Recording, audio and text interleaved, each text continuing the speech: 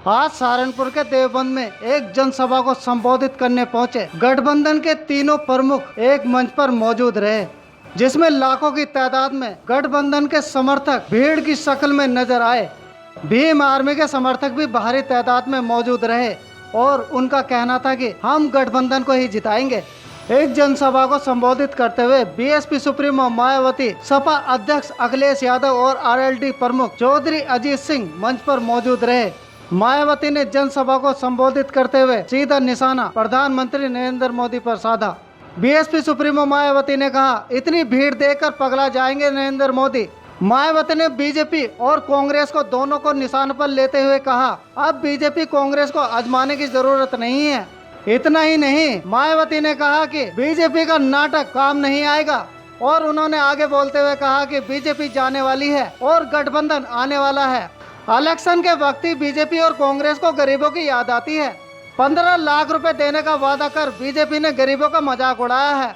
मायावती ने आगे बोलते हुए कहा, किसानों को 6,000 रुपए देने से उनका भला नहीं होगा, पिछड़े वर्ग का शोषण हो रहा है।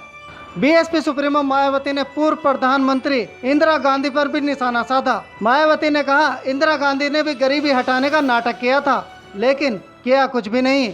इतना बोलते हुए मायावती ने मुस्लिम समुदाय से भी अपील की है कि बीजेपी को सिर्फ गठबंधन ही हरा सकता है और बीजेपी को वोट देने की जरूरत नहीं है। बीजेपी को वोट देकर आप अपना वोट बर्बाद ना करें। मायावती बोली, अगर इस बार ईवीएम में गड़बड़ नहीं हुई तो गठबंधन की जीत पक्की है। सपा अध्यक्ष अखिलेश यादव भी कुछ कम नहीं रहे। समाजवादी पार्टी के अध्यक्ष अखिलेश यादव ने भी प्रधानमंत्री नरेंद्र मोदी पर निशाना साधा और उन्होंने कहा कि पहले तो चाय वाले थे और अब चौकीदार बन गए हैं। उन्होंने कहा, अच्छे दिन का वादा करके बुरे दिन लाए। पहली सरकार है जिसमें नौकरियां नहीं बेरोजगारी ज्यादा बढ़ी है।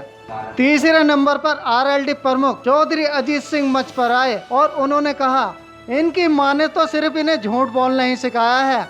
कौन कहता है कि प्रधानमंत्री झूठ बोलता है, पर ये कभी सच नहीं बोलता। इतने बड़े जन सैलाब को देखकर बीजेपी के पेट में क्या गड़बड़ी मचेगी या उनके नेताओं को रात को नींद आ पाएगी, ये सोचने वाली बात है।